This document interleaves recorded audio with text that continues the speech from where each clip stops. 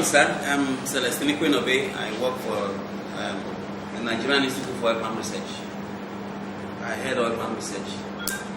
I'll just pick up from the last point somebody, Dr. Babi said here.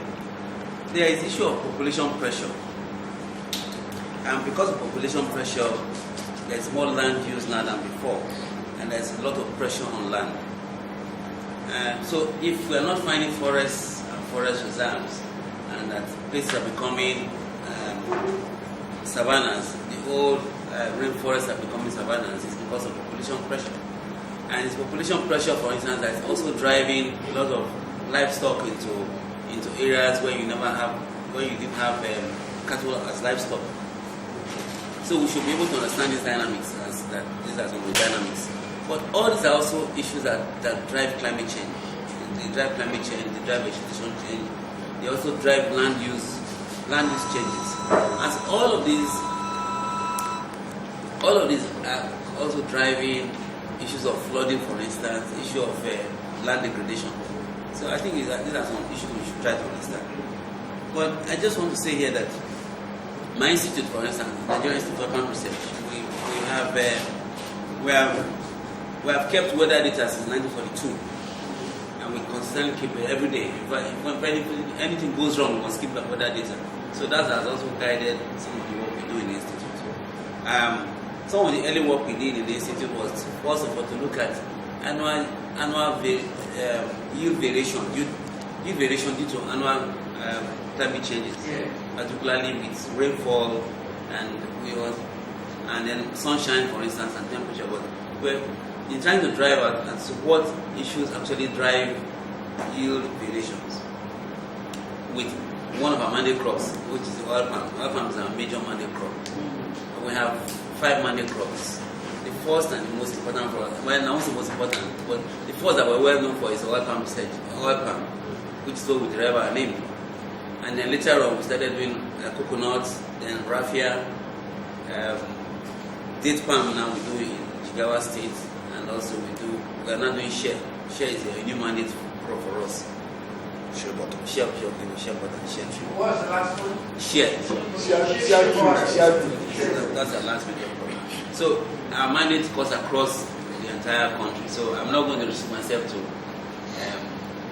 south or southeast or south or the entire country. So we've had to, within our breeding program, we try to incorporate issues of drought tolerance and performance of our crops across various ecologies.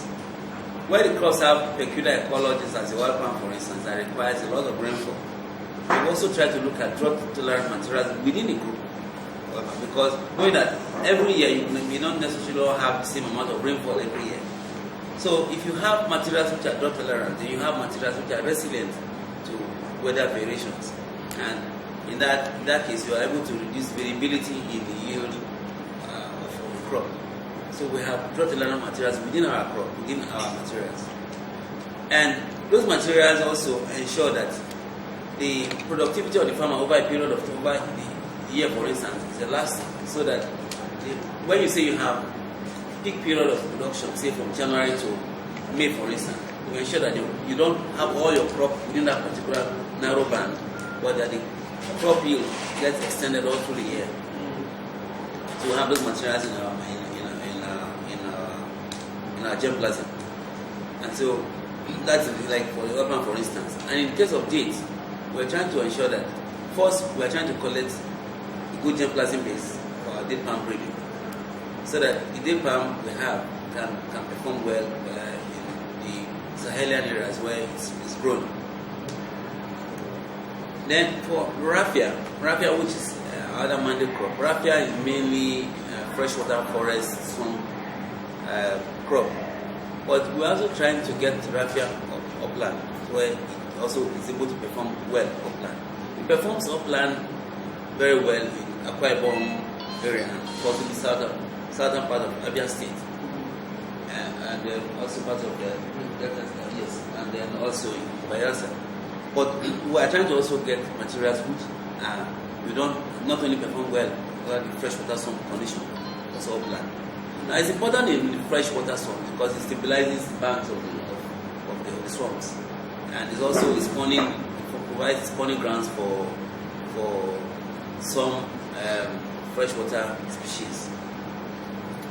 Then, as for share, we recently are we are trying to develop a partnership with ICRA on share water, and trying to collect germplasm across the entire country, and also possibly introduce external germplasm into what we have.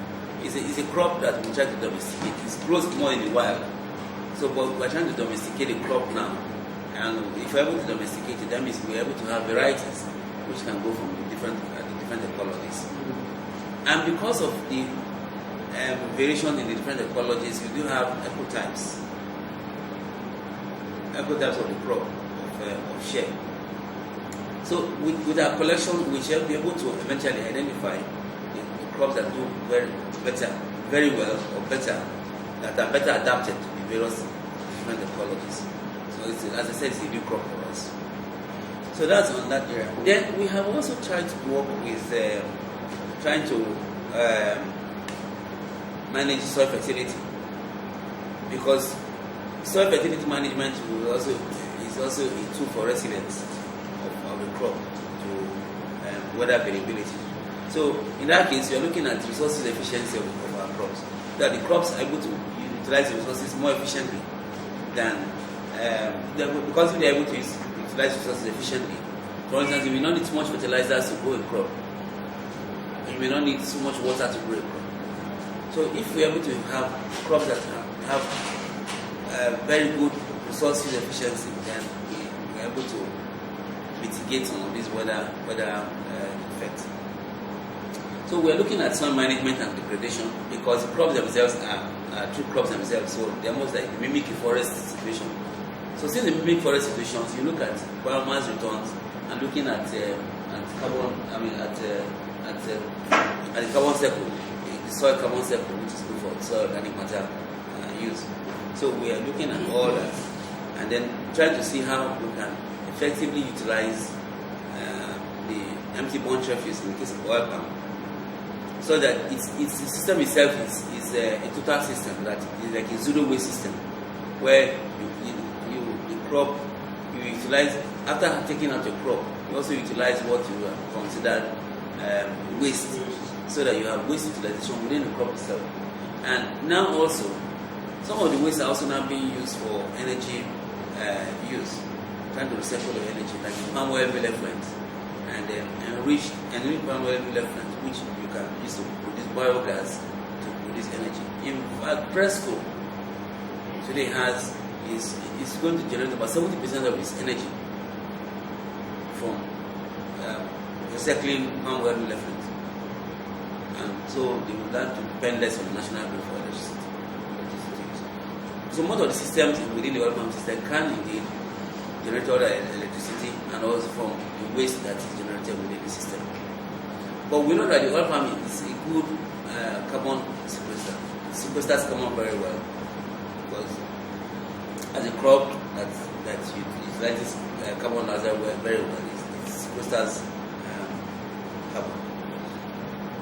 Then we also have a biotechnology. We have an active biotechnology in the institute. Biotechnology. That's where we're looking at, rather than genomic studies, we are trying to do tissue culture to be able to grow crops and grow the best of crops.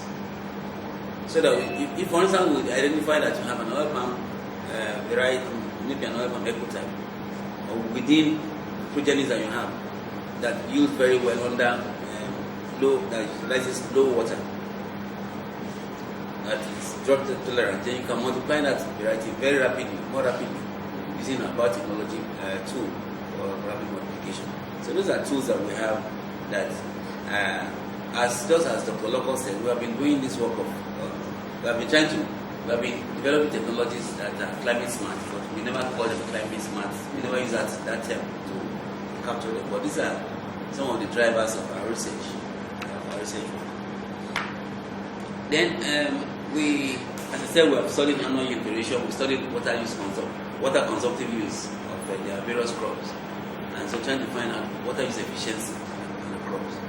So those are basically what we have tried to do in the institute.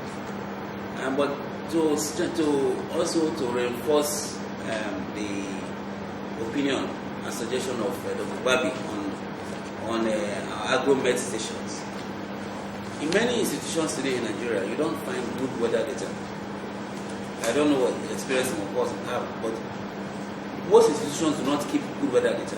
In fact, I find in Benin City, for instance, today, virtually everybody in the University of Benin who has to collect weather data comes to Nigeria to collect weather data. People from far afield as universities far from us to come to collect weather data because they don't have good weather stations.